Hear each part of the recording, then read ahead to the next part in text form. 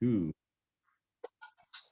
Welcome to the 15th episode of Mechanics of Poetry, where we try to get into the nuts and bolts of poetics. And today's question is a great question submitted by Mr. Coates.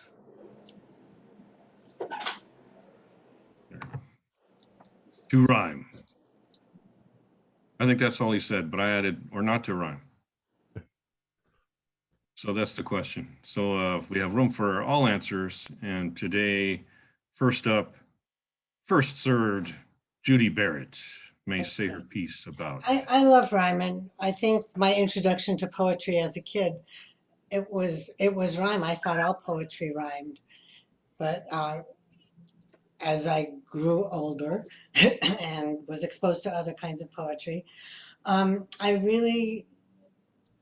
it took me a long time to write stuff that didn't rhyme because I love the rhythm of it, the musicality of it, especially if it has a message, and especially if it doesn't all sound like The Night Before Christmas. And you know why poems rhyme, right? Why they rhyme? Yeah, why do they rhyme? I don't know. Why do they rhyme? It was a mnemonic device to be able to remember the poem because right. It's like printed remembering word. a song. Much easier to remember a poem that rhymes than one that doesn't. Yeah. Absolutely. But I think it definitely has a place. I think that it can take the edge off serious matters a little bit, make things a little bit easier to digest. Yeah, you're talking about light verse. Yeah. Yeah, and yeah, I like mixing prose with rhyme. Also, I think that they work well together. In fact, it's a compositional method when you think about it. Yeah. You know. Well, anything else? I'm a fan, definitely a fan. Yeah, that's something. That's something. We'll talk more about that. Okay. But first, this word from Chris Askew. Yeah. In answer to your question, or James's, mine was why not? And I know there's a period in the relatively recent past where at least official or academic poetry eschewed rhyme. Rhyme was a bad thing. Rhyme was just playing word games. Rhyme was hiding the real essence of the poem behind something distracting. At least that's the part that I heard, and maybe you can tell us a little more, Dawn, since you do have an academic perspective on this, why we didn't like rhyme for a long time. You know, what I heard when I was a wee child, no, I wasn't that small. When I was a wee child, everything rhymed. That's right. But I remember hearing in my secondary life, right, my teenage years, that like rhyme, been there, done that, and there's no original rhymes left, that kind of thing. But that got blown out of the water. I'm trying to keep my mouth shut about it in case anybody else wants to talk about it first. But something blew that out of the water in the last 50 years. But go ahead, Chris. We'll talk about it more later. Yeah. Because we say we've been rhyming since we've been talking, just about. And it's certainly, for millennia, we've been using rhyme as a memory device, but as also a primary tool in the toolbox of poets.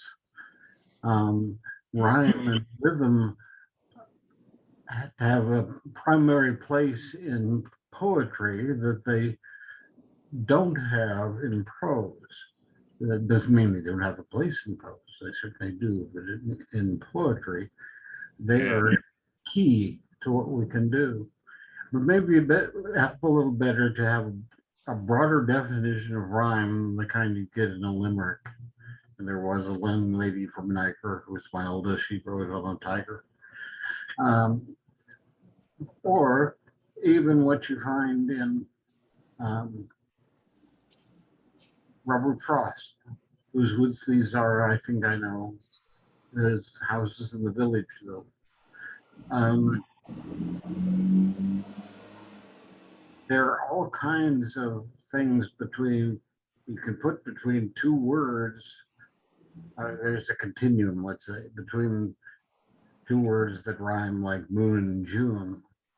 And words that have a kind of rhyme, like through and rough.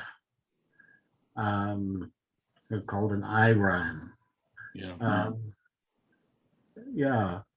And words that don't seem to rhyme at all, but do in fact resonate with each other in some way, so that you feel that sense of rhyme. I want to share a couple of things to help illustrate what I'm trying to say. Very good. As usual, I need to find them. Yeah, you know, rhyme became so dominant that it became identified with poetry itself. Like if it didn't rhyme, it wasn't a poem. That's how strong rhyme is in history. Well, yeah, all the masters all used rhyme, especially in love poems. Yeah. Well, no, I was just buying time until the thing came up on screen share. What else can we say? yeah, I'll put this up here. You know, Chris was alluding to the different types of rhyme, right? Right. You have the off rhyme and the I rhyme. The internal rhyme. Internal rhyme. I wasn't going to let that cat out of the bag until somebody else said it. Okay. End rhymes, definitely. But for so long, I guess we've associated in the broader public mind that rhyming in a poem means a perfect end rhyme, moon and June. But that's what I'm trying to say is there's lots of other ways to rhyme, and rhyme does give a richness, a fullness. It's another dimension. We find we don't have to use it. There are lots of other dimensions to play with. Lots of other tools in the toolkit can have a great effect too. But rhyme is definitely not just set aside. This is a poem called Nona Nods. This is Nona, one of the three fates, who spins the thread of life. But I pulled this poem because it has lots of different kinds of rhyme in it. Nona nods. Beneath her careful fingers, stitches fly. Delphic geese across a rasa sky. Nona nods, unfurls and smooths fresh cloth, and through the needle's eye unspools a new spun thread. The singer whirls and hums, the fabric flows. A onesie's tiny ducks all in a row becomes a palm dress laid judicious start. A swelling heart requires accommodation. Nona nods with gentle concentration, seams of jeans patched knees, torn climbing trees, trim floating veil on summer's bride. A white bleached curtain billowing wide to let Itaea's sun and sea breeze through. What scene is never certain, ever new? Nona nods and smock and apron, frock and gown, suit and shawl unfold, each sewn with all the toil and joy a life can hold. Now sunset gilds Parnassus. Nona nods, and as she bends, she knots and snips the thread. A life well led, selects another pattern and begins again.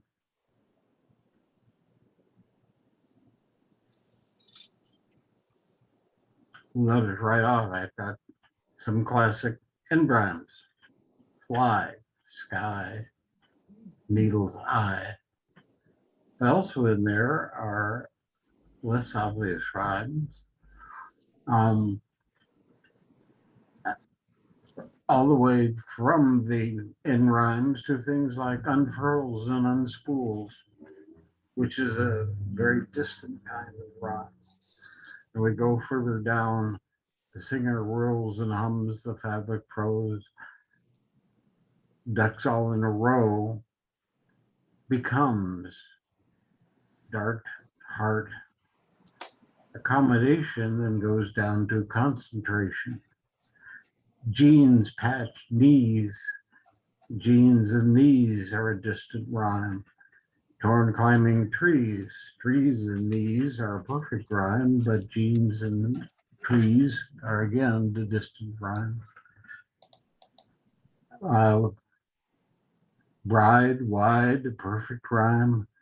Then there's some alliteration. Sun and sea, breeze, sea, breeze, seen, new, smock, frock, gown, sewn, shawl, all, toil, joy, it's a different kind of rhyme. And actually one that surprised me when I wrote it, but in some strange way, Parnassus rhymes with ashy. You, I wouldn't put that out of a hat to make a rhyme, but it performs that function while it's doing that. But then perfect rhyme, thread, lead, and a distant rhyme, bends and again. Wide variety, which I think, and it's very rhyme intensive when you look at all those things. And I think it helps hold together what could be kind of a piecemeal poem, besides adding that little frisson of joy every time you actually feel a little bit of that rhyme. But I wanted to show you another one. This is one where, if we have the time. Yeah, we do. I was just going to say, Chris, one of the things that I don't think you mentioned was that part of the joy of hearing you read this poem is being able to hear, I mean, without even looking at the poem, is being able to hear those sound connections that rhyme makes. Yeah. Yeah. So when you just listen, you don't know where they are, but you hear them. And of course, on the page, then you can see it's external, internal. Yeah. And another example, go ahead, Chris. No, I was just thinking that looking at this poem, we're doing it for this morning. I realized that, now certainly given the image that underscores the whole poem,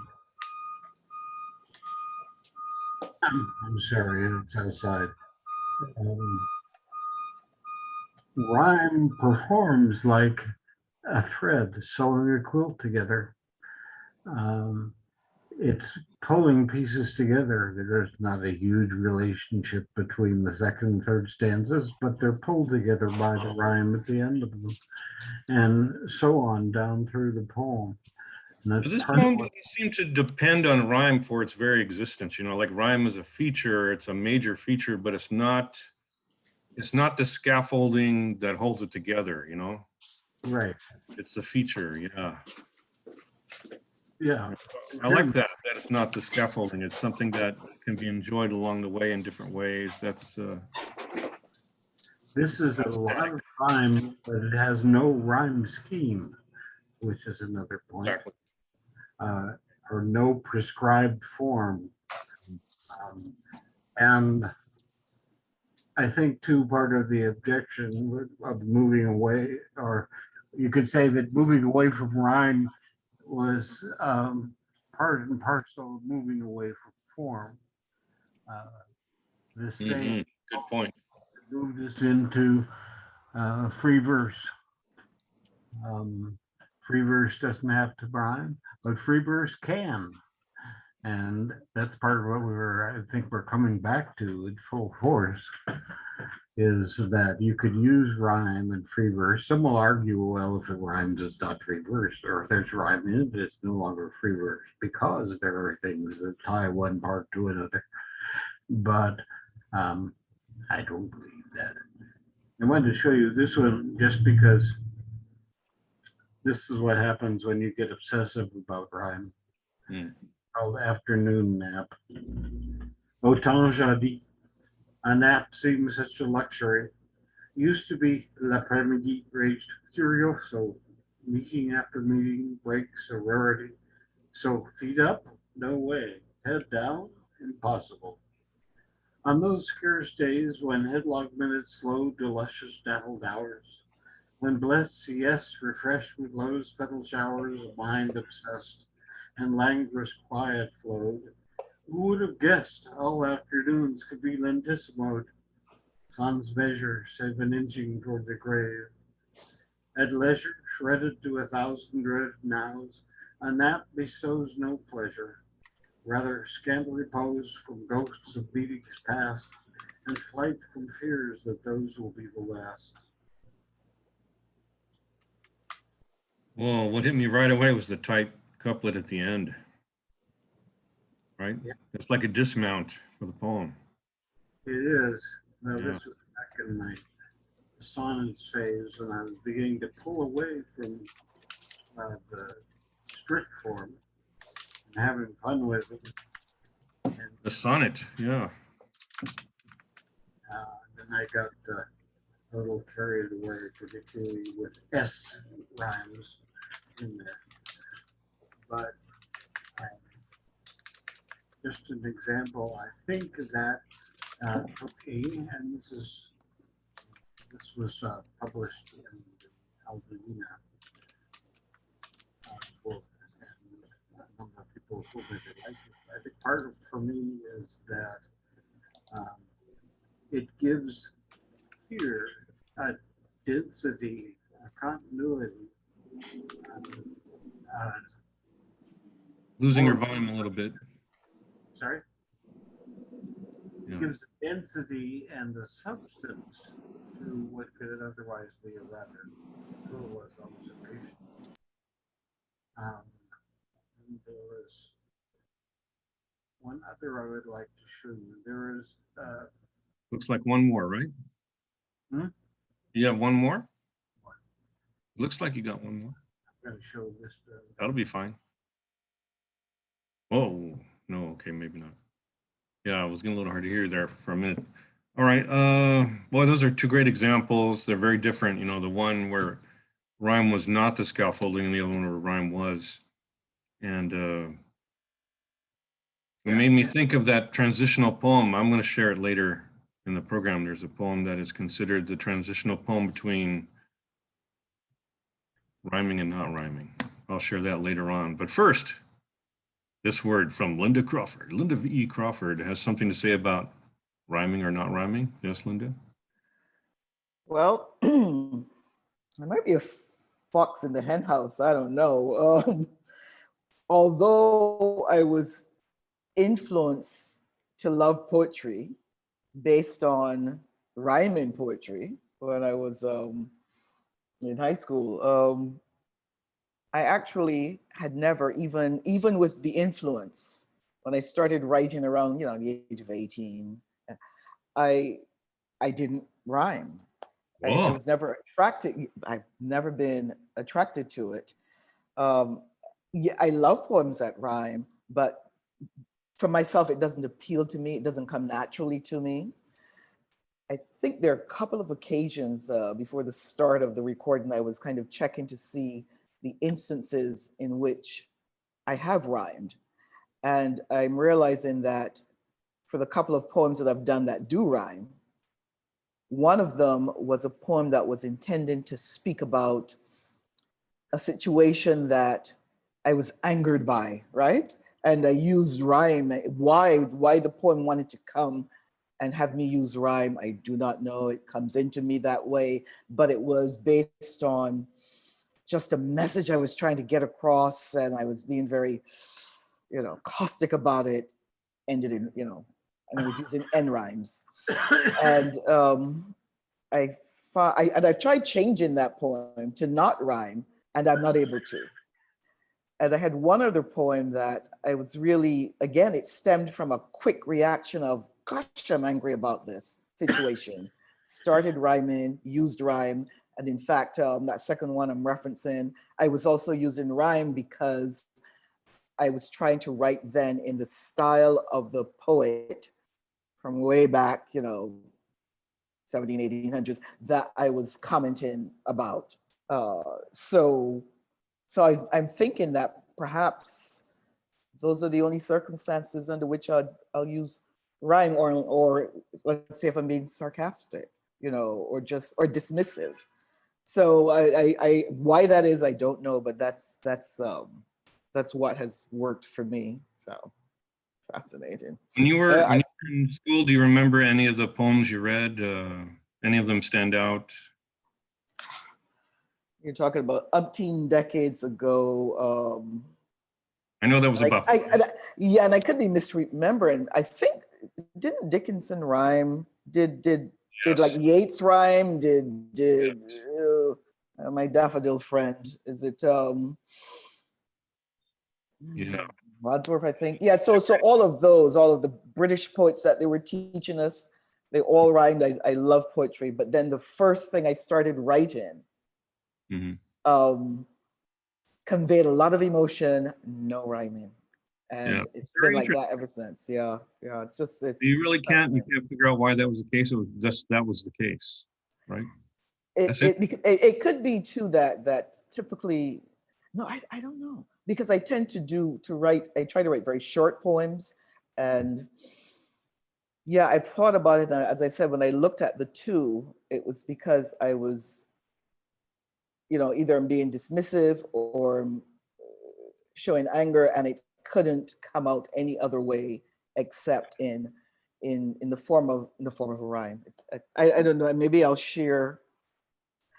Chris, you're aware of this one. There's a poem that I wrote that I'll share the screen, but I'll preface it by saying it's some say it's unfair and some say it's fair. If you are writing a poem that in effect you're sort of casting aspersions on thinking from eons ago, and perhaps that way of thinking is frowned on today, but maybe would not have been frowned on back then. And so I'll share the poem so you'll see what I'm referencing, because I reacted and that poem came out the same day in the reaction. So let me pull it up first. Hang on, won't take long. Here we go. Okay, let me do a share screen. And if you see me switching glasses, I might end up switching from my blue glasses to my reading. And if I can't see it, you got it? Okay. So this one day, and this was 2019, it was either Poets and Writers or poets.org, and I got like emails that I get from both of them, so I don't remember which one sent the email, but it was referencing either the birthday of Jupiter Hammond, who had been enslaved and had done wonderful poetry, and he was writing a poem addressing Phyllis Wheatley, who was, of course, also enslaved, and I think was considered either the first African-American to be published, et cetera. So his poem to her was in effect saying, be grateful that you are enslaved and that you are a Christian and all of that, because some people had that thought back then. So when I read his address to Wheatley, I just had sort of a knee-jerk reaction saying, well, how dare you, think that way, Jupiter Hammond, and banged out this poem that it will probably never see the light of day beyond this small recording, because it was a reaction and perhaps it's unfair. But it came out in rhyme because poets in the 1800s, were rhyming. So I'll read it and you'll see what I mean. Okay. Thoughts on Hammond's address to Wheatley. Oh, come you, Hammond of poetry, prose, what wisdom-laden words verbose, you preened in self, though deemed by your time to be as horse or bull, e'en with quill and numbers fine. What caustic fate dictated your vicissitude, yourself so righteous in Christian penned beatitudes, so far from your own continent and clime, yourself a property, as history did define? Did you not see Did you not share the lichened skin, dark touches of familial scarred and wizened kin, or hear the gut-clenched pleas pushed through the silent songs of moans that seeped from mouths of lives long gone? If heard, you would not have opined to Wheatley, thou mist been left behind amidst a dark abode, God's tender mercy still confined, thou hast the holy word. And I should pause and say anything in italics is taken from Hammond's poem. Okay? If heard, might you have shown intuity, perhaps through this plea to Wheatley, while thousands tossed by the sea, God's tender mercy set thee free. Though brilliant you were with reasoned, graceful rhyme, you could ne'er bookkeep, negotiate your enslaved time, and he was a bookkeeper for his master while enslaved, by the way, nor that of yours, some known, unknown, a mother, father, brother, all enslaved born. Oh, Jupiter, with your full-throated Christian grace, you should not have left this earth enslaved, forever known as other men's property, however kind your masters you deem to be. I pray your living God may be not the one of your on high, who failed to hear so many souls' strong cry.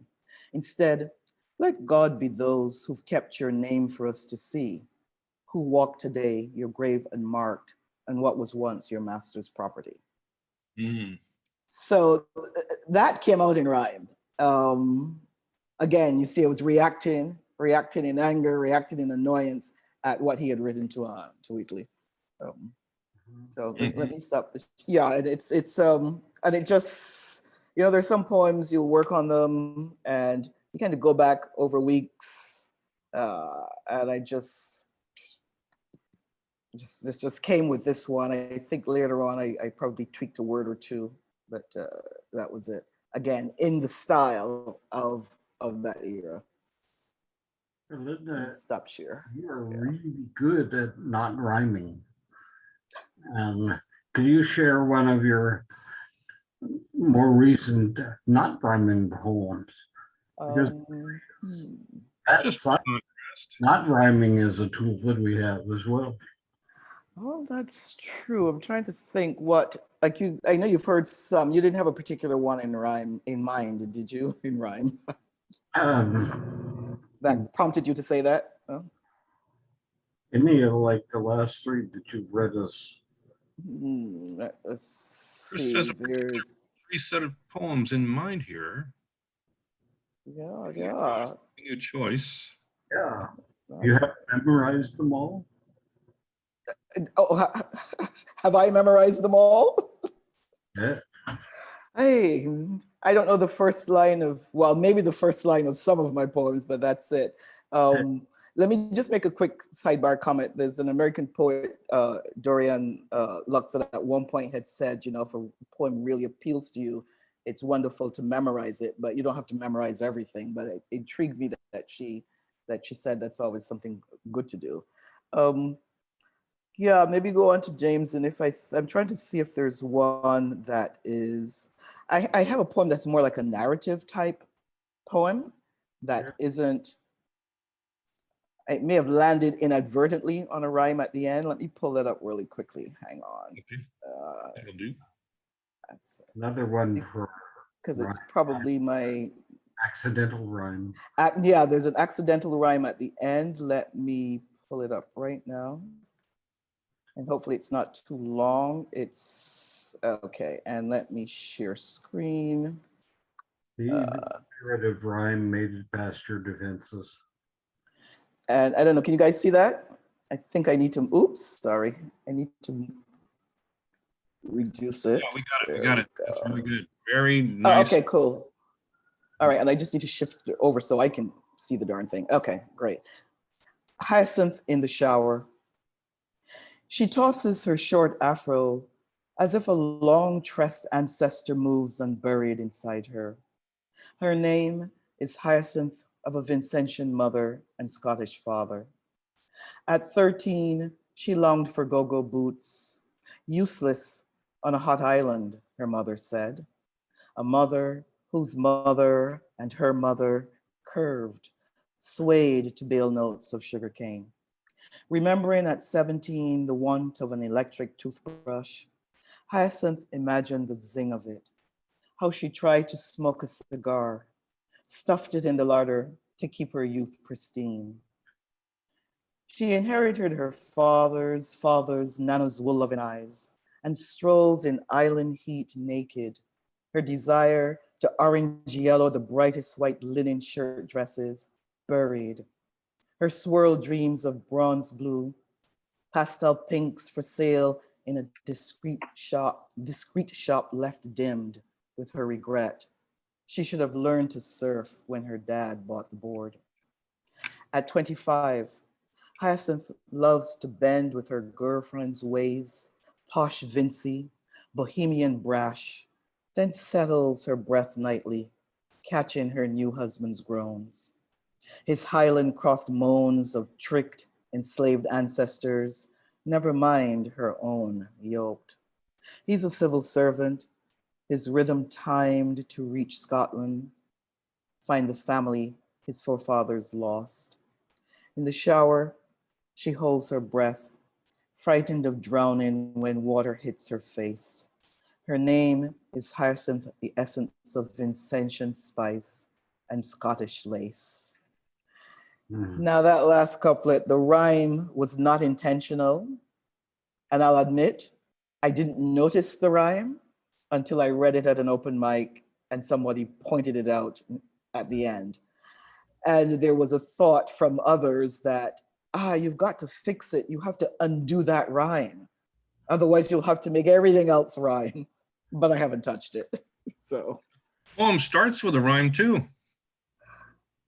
Well, yeah, I hadn't thought about that. That's true. That's a good point. That too was unintentional because I never attempt to rhyme. So there you go. Then by pointing that out, I will now use that to say I intentionally started and ended with rhymes. There we go.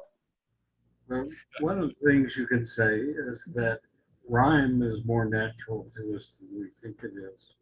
I noticed you also had like Vincy and Knightley and moans, groans, her own yoked. So You may have a point, Chris. Yeah. assonances if you want, rather than rhymes if you want to keep away from the particular nomenclature. But Yeah. they're part of your toolkit, and you use them to good effect. That's Also, maybe it's my always speaking heritage, but I like couplets, rhyming couplets at the end of the poem. Mhm. There's a fun thing you can always do. One thing that I learned by paying all that money to get a MFA, one of the primary things they taught me was that you can have more than one form of your poem. Your poem doesn't have to be just one poem. It can be 99 different versions. So here, a fun thing to do with a poem as couplety as this would be to try to make the whole thing rhyme, and conversely, make the whole thing not rhyme. Just to get 3 poems for the price of 1. And it's excellent that you said that because there are about 2 or 3 of my poems. The one I mentioned that was rhymed that I did not read, that I've been trying to unrhyme that, create a version of it. And there are other poems that are just, free form that I've been trying to work on. Can I make this into a sonnet? Can I chop it down and make it a skinny poem? Can I convert this one to, I'm not sure I sat through your That's session kind of on villanelles, but I've been trying to go back and do a villanelle out of one of them. Not to throw away the original version, but to see what an attempt at form will do. So it's a thought about rhyming. I may explore that as well. I personally don't see why you have to follow anybody's form. Why you can't just write what you write and create your own form. I agree with you in terms of the what comes naturally. Yeah. But then let's say there's some days where I get up and it's like, oh my God, 2-3 days I've written nothing. And I will go pull up a poem that's been written and say, oh, Well, since nothing is coming to me, I'm not inspired today. Can I take something I've written and put it into a form as an exercise? So if I do that with rhyming, it's really for that reason, because as you say, Judy, it's why write what will come naturally. Yeah. That I mean, first I've seen poems that just sound like somebody's high school composition that Yeah. are not poetic at all. It's just, Hold that thought, Judy, because that's a very big thought that is worth examining further. you know, I mean, sometimes I feel like people put something into a column and call it a poem, and it isn't. You know? Yeah, like first I'm going to say what I've been waiting to say. That first poem, Lynda, what kind of a rhyme is that? That is, would you call it a vindictive What did I rhyme? read? Well, since I'm not versed up, oh, very cute. Redemptive rhyme? Yes, that's what redemptive rhyme. Caustic rhyme. I was going to say caustic. I thought it was too caustic, but yeah, caustic is. Also, it's a purposeful rhyme, right? It's a rhyme with a purpose. Exactly. And then conversely, what Judy was getting at, something that is probably the central argument against rhyme is that you want to be able to say 100% of what you meant to say, right? That's the argument against rhyme. That supposedly, if you're rhyming, you can't say 100% of what you meant to say. So there's always that game for any writer. Are they going to play that game or not? Right? Are they going to go with tradition or not? And the argument I've always heard, I think I heard that argument in that expensive place I went to. If you're gonna not do the traditional thing, then you have to do the traditional thing to legitimize not doing the traditional thing, because then you have the knowledge of the traditional thing, and then you made a conscious decision not to do. Or how will anyone know? If I may comment, just briefly, sorry, Chris, I didn't mean to cross-talk you, but if the times that I do try to a form, right? And since we're speaking about rhyming, if I've ever intentionally tried to rhyme, one or two times I've played with that and I thought it was silly and tossed it away. But the beauty of it is that in trying to find words, whether it's, probably shouldn't say this, wiki rhymer or whatever, you're just finding many more words that weren't. So sometimes I'll go down a rabbit hole of, oh, I had forgotten this word existed. Oh, I've never heard this word, all in the process of trying to find certain rhyming words. So I think it exposes me, I should say, maybe to additional words that wouldn't come to mind immediately. So there's something good to be said for rhyming. But even when I've done that, I've eventually then finalized a particular poem without rhyming, but had a whole bunch of other words to add to my lexicon. So it's worth it to learn new words sometimes by testing out forms. Bottom line, it's a conscious decision either way, and we have someone here who might have something to say about that. The man who asked the question, James Coates. Hi, everyone. So yeah, when I started reading poetry, I started with some people that we may be familiar with, Frost, Poe, and Shakespeare, who heavily used rhyme. And so it was natural to pick up on that and start using it myself and in my early writing. The other thing I found was, like, I really enjoyed the rhyming aspect and the rhythm involved, especially if you're using like a specific meter, and it creates a rhythm, whether it's iambic pentameter or trochees or something else. So you're using that, it creates the rhythm and the rhyme, and it's fun. But it can sometimes seem sing-songy or Dr. Seussy to certain folks, which comes up to the problem that is sometimes raised that rhyming is boring and not entertaining because it can be predicted what's coming, you know, at the end, especially if you're using an end rhyme.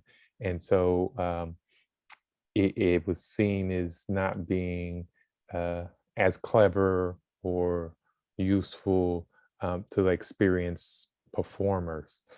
When I started performing myself, I used rhyme to help memorize the poems because I was trying to memorize them for performances, and it's just easier to memorize if you know that you're going to end line with a rhyme.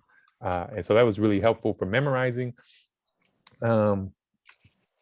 but not always for necessarily entertaining. So my first book I did, it's chock full of rhyme. And a lot of those poems were written when I was really in love with rhyme, and just the playfulness of it and the rhythm of it. And so that definitely influences the book. James, can I ask a question Sure. about that? I'm just insanely curious. Your exposure to rhyme was the poets you mentioned, is that right? Mhm. Yeah, so that's what spurred you to rhyme, right? Yeah. Nothing else. Well, okay. So not not just those poets. Not So to get out of the bag. Come on. and so yes, there was also a thing that, you know, was started in the 70s called hip hop, and that uses rhyme in a way that really wasn't done before, the way that, you know, traditional poets used it, and it came on the scene and exploded uh, what we understand as you know, music today, and has been very influential all the way up to date. And so one of the best to do it, in my opinion, was Biggie Smalls, who uh, had such a seamless flow and rhythm to his work that it was so smooth you couldn't help but love how he spit his rhymes, and they were clever, and they used all the different types of rhymes and styles of rhymes, and yeah, it's had a huge impact on kids growing up that want to um, be writers, and I love it. I fell in love with it. Uh, if I was musically inclined, I might be doing that instead of poetry. But one of the things is sometimes the poets or the rappers use uh, the poetic device without necessarily consciously thinking about it, or maybe they do, but and the listener doesn't consciously think about it, because Kendrick Lamar uses a lot of meter, and so I think about like when he was rhyming on I think the Damn album, and he was like crime allowances and syrup sandwiches, and you're like, what that? And then you break it down, you find like I'm not sure if that was the trochee or the I am, but you find them following these traditional meter feet in the rhymes. And so yeah, I mean, you can say it's boring, but then hip hop came and was like, we're gonna switch it all up. And so then the other thing I want to talk about, like I was mentioned a little bit before, we got the I rhymes, the N rhymes, feminine rhymes, half rhymes, identical rhymes, internal rhymes, masculine rhymes, mono rhymes, and para rhymes that can all be used along with alliteration, tongue twisters, monosyllabic rhymes. So if someone says rhyme is boring, then it's probably they don't understand the complexities that you can get into the rhyme, or the person using the rhyme is using maybe one specific rhyme that is like end rhyme, and it's seeming very predictable. Then there's also the rhyming pattern, right? And so we have like limericks, sonnets, and villanelles that all use rhyme, but in different patterns.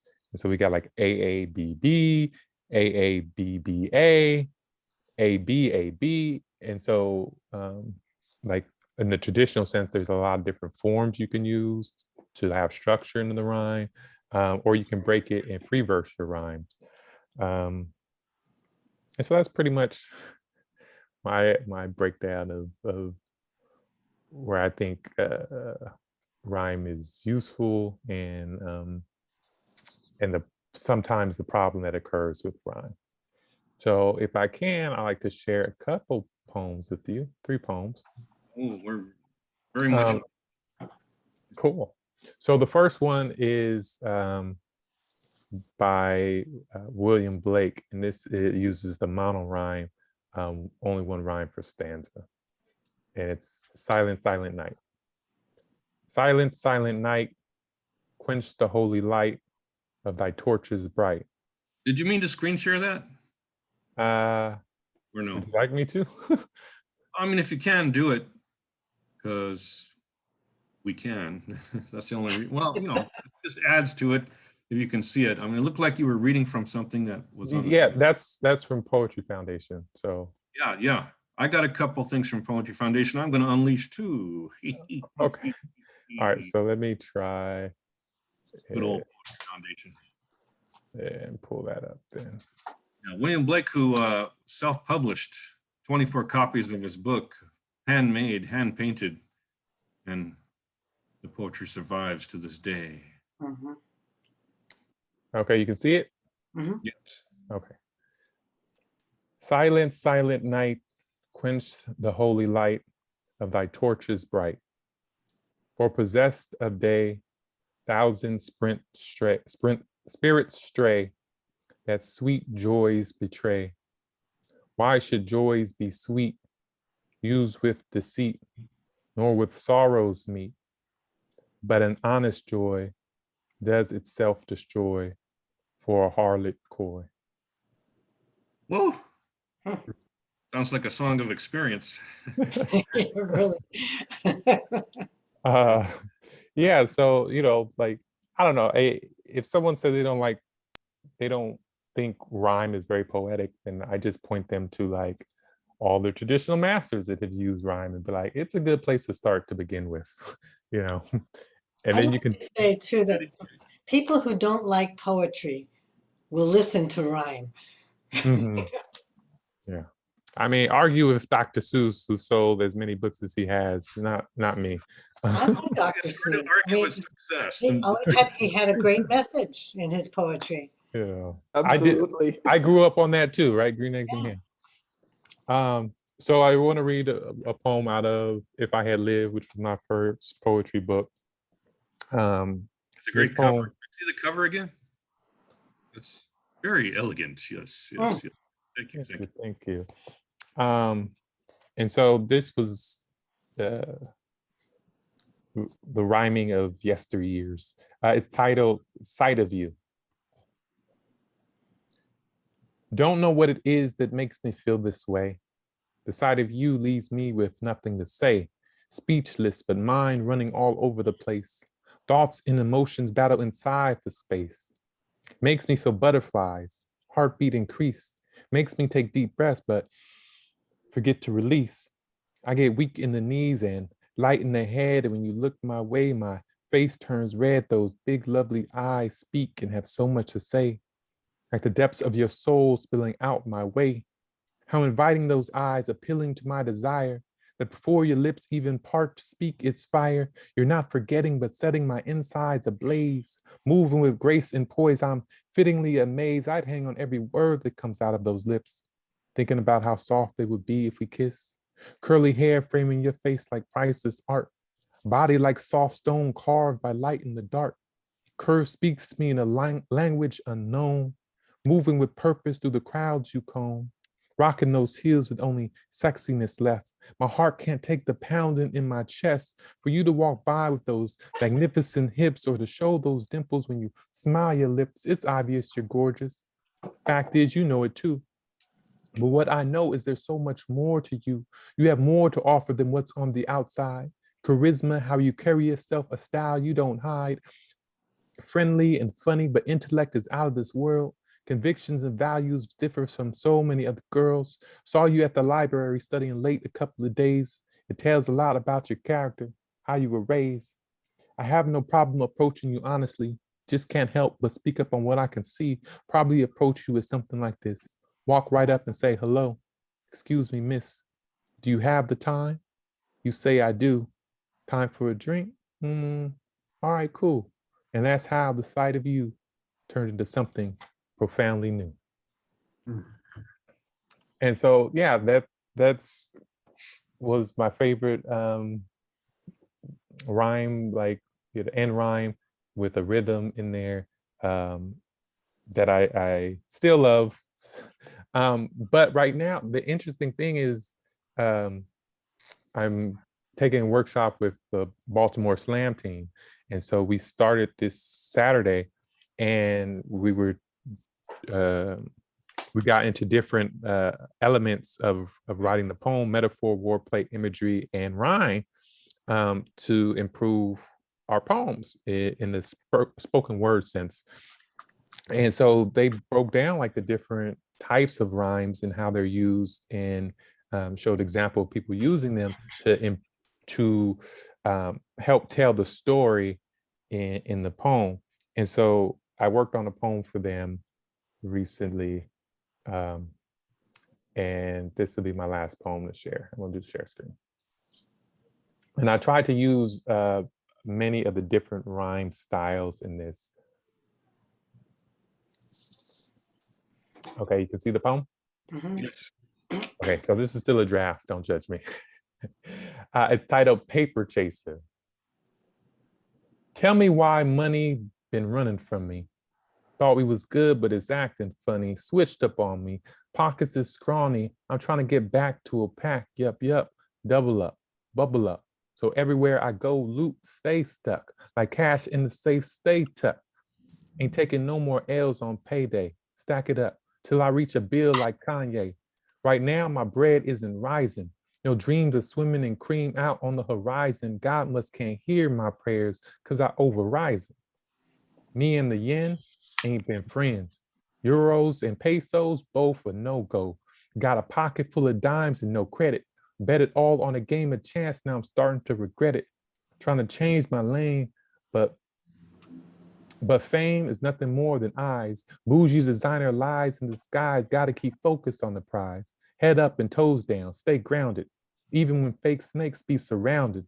Not enough to keep it a buck. Team needs to be 1,000. Product of public housing. No financial literacy tools in school. Just a litany of rules to fool. Streets teach need it quick. Hit a lick. Easy to predict we'd end up in a box. And I don't mean Staples Center sweets. Funny how without cheese to spread the system calls foul. Can't pay your way, go directly to jail. So many young sales and those sales with stories to tell. One wrong move and you've won a life sentence. Judges don't believe in repentance. Mistakes are for the suburban affluent, because money talks and yours ain't fluid. Cash rules everything around me. So yeah, I wanted enough to make poverty a distant memory. Pull up on the foul chick in the phone like, remember me? It's dumb where I'm from. No savings in the bank, no gas in the tank. It's easy to fall prey no matter how much your mama pray. You stay safe. Dead presidents take precedence, make survival a rat race. Better to be the cat with a fat bag than the mouse being chased. Pursuit of happiness is only met with sadness. Seems insane to wish for joy when every picture frame remains the same, filled with chronic pain. I'm trying to find an opportunity in this economy, but I doubt it. This monopoly be robbing me. Live fast and die young, probably. No time to think about retiring if I make it to be old and gray. I'm too hungry to worry about my future today. Yeah, I love what you're working on there. Yes, absolutely. Yeah, one since it's a work in progress, throw a little crypto reference in there somehow. It'll make it current. So there you go. That's my tip for the day. Okay. So thank you for listening to me, everyone. Right. Hey, the rhymes are very tight there. And the internal rhyme was very strong. It's like they worked together, which made it even tighter. And they do have Oh, quick question, Don, if that's okay. Oh, yeah. For James? Everybody's free to speak. Yeah, free to speak. Perfect. So when you were reading the poem from your collection earlier, Mhm. and I was saying, oh, that's so spoken word, right? And it then prompted me to think about the question, which is that, so in spoken word, spoken word must rhyme, right? That's part of what spoken word is, or not. Okay, Not because at I all. have the, yeah, when I was putting the wasn't sure, because every time I've ever heard, either heard like the fly poets, sometimes they'll, before the pandemic, they would come to LA, and and I would always hear the rhyming, and I was thinking, well, they go hand in hand, and if it doesn't, then it's not in that genre. So it sounds like Judy is saying, nope, doesn't have to Not at rhyme. all. I mean, slam poetry rhymes, Well, I'm sorry, when I say spoken word, I'm talking, slam. but To me, it's not the spoken word same and thing. slam is the same, but maybe It's it's not the not. same thing. Yeah. Oh, okay. So James, I was just, so I wanted to kind of hear Yeah. your thoughts, since you seem to be in the arena of slam and spoken word. Yeah, I don't think it necessarily has to rhyme in spoken word or performance. I think a lot of was I mentioned earlier, the metaphor, imagery, wordplay, and rhyme combined creates like an unforgettable piece, right? So it's not just one element of these auditory devices, but like multiple elements that really make it strong. And so someone may use a lot of rhymes, like that poem was very much influenced by K Love, the poet's $1 Million Melanin poem, which has a lot of those different types of rhyme in it, and creates like a wonderful rhythmic piece. And so, You explain. You explained it much better than I did. It was like a blender going like that. mhm. It's all working with each other. All And that rhyme holds it together. It sews it together. It's like a backward drill too, and it's the rhyme that keeps it from just being a ramble, just spilling of words on the page or on the page. And because it's a relatively long ramble, it's, as a performance piece, I think the rhyme would be necessary. It lets the audience hold on to just before, as they're processing the piece that they're now hearing. The same way it makes it easier for the Greeks to recite poetry in his whole. It makes us, as hearers, able to hold on to what's been going on before. And the closeness of the rhyme, both close toward the perfect end, but also close in, multiple rhymes per line, multiple lines between rhymes, stitches a very tight fabric that makes it easy, not necessarily easy to experience the whole while you're feeling too hard. This is a wonderful performance device, and it's definitely one of those poems that makes it a much better aesthetic experience being heard than just being read, and partly because of that. Mm. Hey, your audio came back there toward the end. It was a little. Your mic is in and out. Yeah, it's coming in and out. But I'll say this: people probably noticed I didn't go yet, huh? I didn't either. I go first, but I quite honestly found this subject to be something I needed inspiration, and so I've been piecing together based on what people have been saying, and I've got a product. But first, I want to be sure James has had everything to say that he wanted to say. Yes. James is good. Okay. All right. So you might have heard me allude a little bit earlier to a poem that was the bridge between archaic poetry, for lack of a better term, traditional poetry, and modern poetry.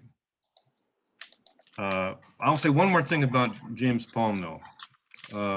Not only does it have that tight rhyme, you know, that helps make the way fun, but my favorite word today is scaffolding, obviously. But that scaffolding is holding the meat of the poem. The meat of the poem are the ideas inside James' poem, right? Those are the things people are paying attention to. The rhyme is assisting it. It's not dominating it. I don't think so, because the ideas are coming through. So that's kind of the philosophy I'm going to get at right now with this classic poem. Let's see if I can get it up here. There it is. You probably know this poem. This poem is a very famous sonnet, right? Has everyone read this sonnet before? Percy Shelley in the early 19th century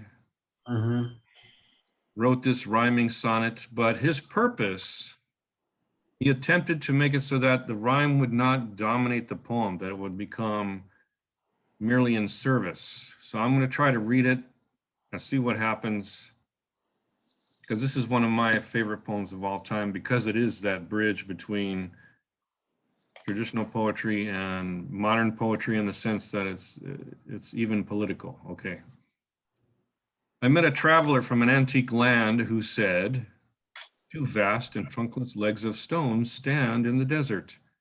Near them on the sand, half sunk, a sattyred visage lies, whose frown and wrinkled lip and sneer of cold command tell that its sculptor well those passions read, which yet survive, stamped on these lifeless things, the hand that mocked them and the heart that fed. And on the pedestal these words appear. My name is Ozymandias, King of Kings. Look on my works, ye mighty, and despair. Nothing beside remains round the decay of that colossal wreck. Boundless and bare, the lone and level sands stretch far away." I fell in love with this poem the minute I read it, the first time I read it. And I read it hundreds of times. It actually has quite a tight rhyme if you take a close look. And yet what it has to say isn't dominated by the rhyme. So that, for me, is really the first example of that I can find. And now I want to head toward the 20th century, when I was a student in college. Oh yeah. And I had a teacher. I get to actually talk about my teacher now. Okay, how do I do this? I know no other way other than to stop the share, because I have this bar at the top and I can't see the top of my screen. So got to do it the old man way. There we go. Okay. All right. I don't know if I should do a quiz. Who was my poetry professor that took his class 9 times at Cal State LA? Do you remember? This is the guy.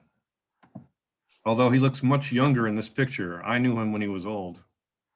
Henry Coulette. Yes. I guess he was well enough known to get into the Poetry Foundation Pantheon. As you can see, he passed away in 1988. That's when I had to stop taking his class. Yeah. And he taught at Cal State LA for almost 30 years. And his first book of poetry, The War of the Secret Agents and Other Poems, won the Lamont Poetry Prize. Significant critical attention. So what we should do is look at one of those poems, huh? Let's see. Well, let's go there.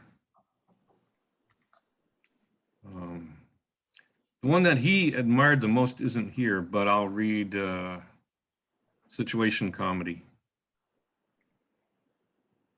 Unless Henry wants to read it. No, this is from March 1971. It was published in Poetry. And he was always writing long and editing short. So his poems would be like 9 stanzas, and then when he was done, it was like only 5. That's kind of how he worked. Very edit type of guy. Okay. Grandma arrives first, of course, in her chromium wheelchair, her hat on, her one leg tapping. Mary Baker Eddy, she tells us, has preserved her. And Uncle Lee, prospector, who finds nothing ever but a few rocks, rocks that glow under black light, worthless and beautiful. Then my mother-in-law, who hated Adelaide's shrewd eyes, who hates Kennedy's hairdo, the crazy quilt mantle of the Republic offends her. Hangdog, my father-in-law and I will wash dishes and plate by plate argue. He's 132nd Indian. He wants to blow the world up. Later, flatulent, stunned, we all watch TV and hearing the laugh track. Those tracks are 30 years old. We'll laugh as the dead laugh.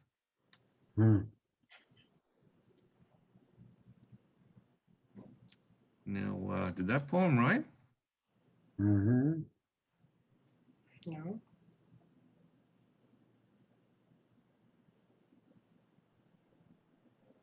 Don't see much rhyme in there. Uh-uh. Yeah. Wow, I lucked out. Yes, it is possible to read a poem that you've never read before by someone you took 9 classes with. That's cool, that's cool, that's cool. Because the poem that he was always talking about was called The Black Angel. I was banking that it was here. I didn't have the time to research it, but I was banking that it would be here because he was so in love with that poem. It was published in the New Yorker. Oh well, but at least you get a taste of Henry Coulette. The real champion of rhyming poetry, the traditional movement in the 1980s was, I have to switch off to switch on. Sorry, folks. How do I do this? Okay, first, thank you, Henry. It's been so long since I heard your poetry. Is this guy. When I went to Cal State LA in the early 1980s, this guy was a new hire at Cal State LA, and gonna screen share his poem. There we go. Here's the guy. Here's the guy. So he became revered as the keeper of the traditional movement, right? Like the link between Frost and the 80s, and that was Timothy Steele. So I got to meet him because he was teaching at Cal State LA. I took a class with him, and we had our wonderfully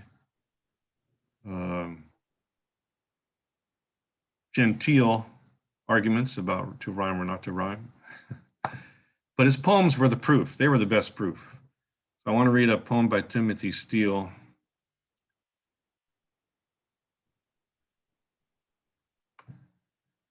And I'm going to go straight to Eros. Here we go. And this was also published in poetry about 14 years later. Okay, Tim, let's see what you got, man. By rights, one should experience holy dread at the young woman gowned in black chiffon, who at a mirror slightly turns her head, large eyes intent, and puts an earring on. One should fear redwoods where the sun sinks shafts of glowing light through dust revolving drafts, and where the cyclist slimly coasts through trees as she leans forward, her arms long and brown, to give her brakes a moderating squeeze. Yet the soul loves the braided rope of hair, the sense of heat and light, the cheeks' faint flush, time blurs, night's end, one climbs a narrow stair. The studio's warm, the city is a hush of street lamps and the snow that all night falls. But later, when one rises and recalls how in the dark the spirit clings and melts, it's as if the ardent giddy rush had happened somehow to somebody else. gently to brush hair from the sleeping face, to feel breath on the fingers, and to try to check joy in that intimate small place where joy's own joyousness can't satisfy. This is pain. This is power that comes and goes. This is as secret as the fresh, clean snows, which, destitute of traffic to confess, will serve at dawn as witness to a sky, withdrawing to its high blue faultlessness. Okay, so the guy can write, right? The thing that seemed to be a strength here was that the narrative, right? There's a story being told, but the rhyme is definitely, you know, right there with him, right there with him. He, strong sense of rhythm, right? Mhm. Yeah. So that was my brush with rhyme in person back in the 80s. But to answer my question as honestly as James did, I would have to say that in the 70s, I was influenced by music as well. Only a slightly different kind of music.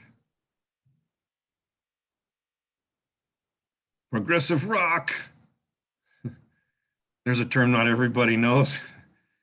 Yes, the greats of progressive rock, the mighty Pink Floyd, the hard to understand, yes, the hugely popular Led Zeppelin. All these bands were making lyrics that kind of worked like poems, especially Wish You Were Here is a great example of that.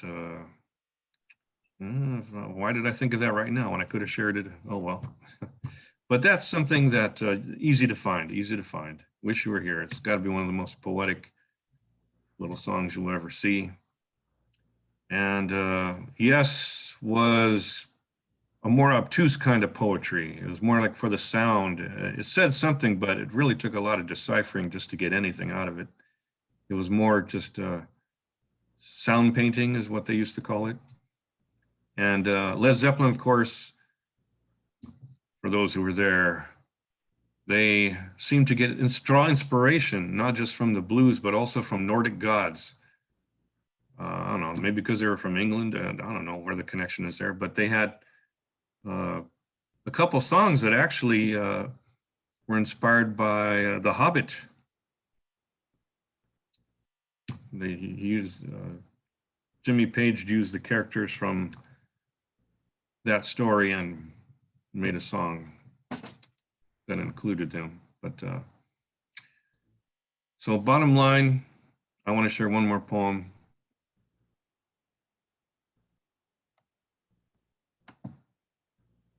Oh.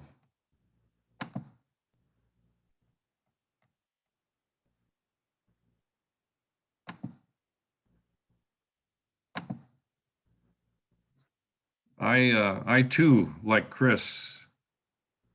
Did we make a proper pitch for your book, Chris? I don't remember making a proper pitch for your book. I want people to know about your book. Okay, my book's not yet available. This is the manuscript. It just got accepted by the publisher a couple days ago, and God knows when it'll come out.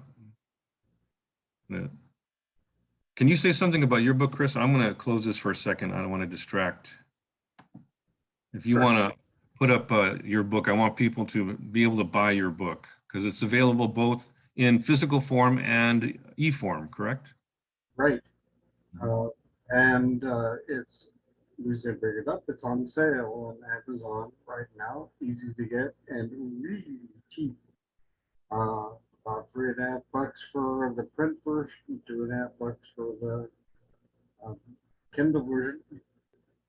And I will say it's the best of it. It's based most all the poems I wrote between about 2007 and 2017.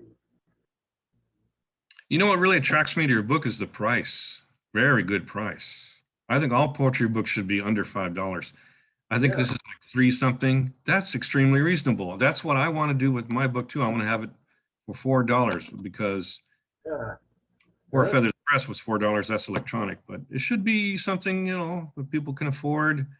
So they make that, what is it, impulse to buy Don't hold back. Buy. We need to buy from each other. We need to buy Chris's book. We need to buy James' book. James, is your book available? You gotta bring Yeah, it. it's also on Amazon. Okay. I think it's Show that title one more time so people can get it. If If I Had Lived. Oh yeah. And is it exorbitantly priced? I think Amazon has it on sale for less than 15.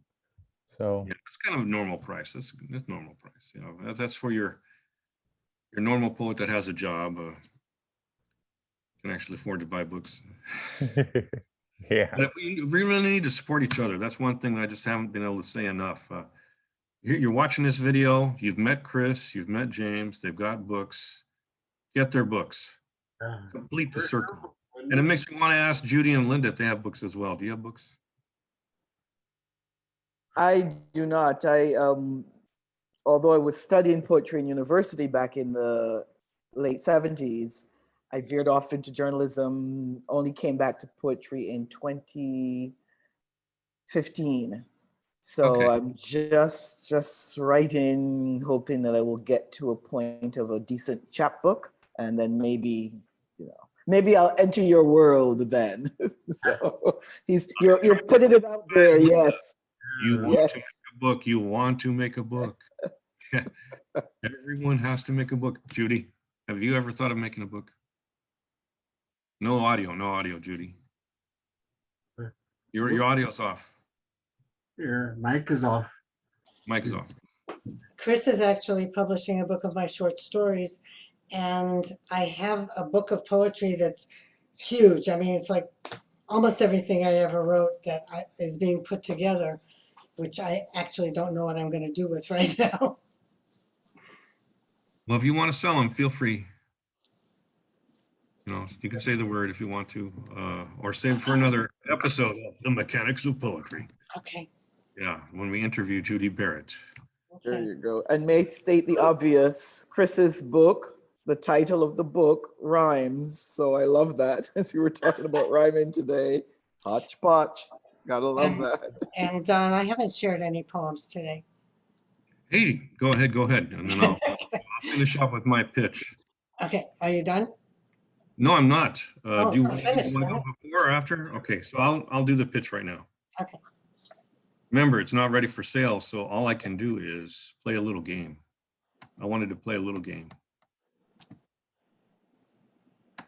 just to see if this game works. And the game is, looking at these titles, can anyone guess which one of these poems rhymes? Could be tough. I'm curious if there's a giveaway in the title. We just alluded to Chris, the title of his book. Well,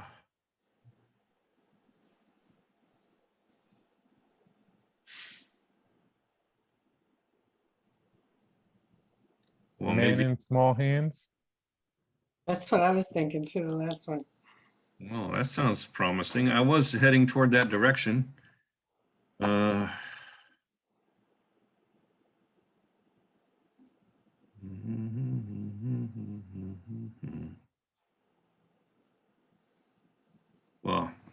then I'm going to read The Man with the Small Hands. That's page 40.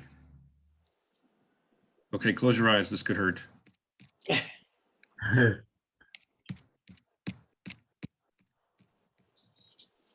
Halfway there.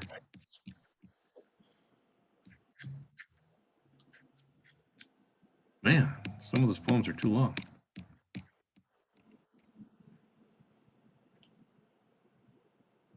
Oh, yeah, okay, finally.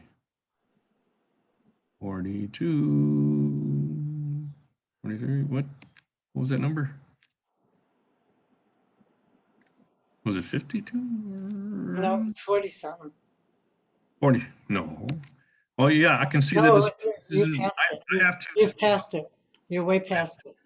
Way past it. Yeah. Okay. I thought 40, it was 40, right? 42? Yeah. Yeah. Oh yeah, there's, I'm gonna have to work on this. This is not finished either, I guess. I thought it was. There's the man with There the you small go. hands. There's the man with the small hands. At first glance, you'd think those are woman's fingers with natural French white crescents that appear more like mini croissants. Looking like they were once lunals, just rising from smooth textbook joints. These can't be the mitts of a mechanic, nor a musician's starfish. No, my tender digits caressed flesh like Sappho, dance to create quakes and make something look like it takes 2 fists to handle a sea cucumber. 4 wives have laughed, along with numerous students, when I tell them I was a hand model and that I can open a jar of strawberry jelly with an artist's twist or write a poem. That's the man with small hands. Okay, I got mine in.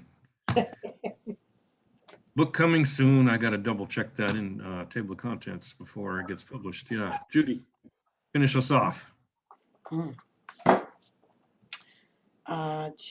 Okay, let's see.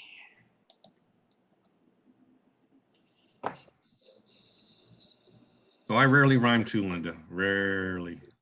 Okay. Have to have a purpose. This one is called When We Sleep. After midnight and the darkest hours when all the world's asleep, and we've surrendered all our powers to wander in the deep expanse beyond our senses, unaware of what we'll find, devoid of all defenses as we leave this realm behind. Do we still have ability to know what's dream or real, or have we lost facility to interpret what we feel? What were the last thoughts in our minds before we reached the void? Would those thoughts now be defined as food for thought for Freud? What if beings from distant stars stealthily abduct us, and on return to our boudoirs, we find that they have shucked us of the hardened shells of shattered goals we hide beneath our pride to reveal our pure but tattered souls buried deep inside? Are our actions weighed and measured and by mythic gods reviewed, and then solely for their pleasure are we with their ideals imbued? Oh, merciful gods, don't grieve us with your otherworldly tests, but leave us in the protective arms of Morpheus to rest. Mhm. Now that's the way to end an episode. Way to go, Judy. When we sleep Okay. after midnight in the darkest hours, when all the world's asleep. It's very dramatic. Yeah. Mhm. All right. Well, I want to thank everybody for putting in their response to James' question to rhyme, and then my half or not to rhyme. And you heard of quite a variety today. I hope that this has been not just useful, but maybe even entertaining. Yeah. Yeah. I love looking closer at poems. This is wonderful. And stay tuned for more episodes. Episode 16 coming sometime in the near future. Just watch for those notifications on Facebook. Thank you again to Judy Barrett, Askew, Lynda V. Crawford, and James Coates for being frequent contributors to the mechanics of poetry. And now I'll set you free with the count of one, 2,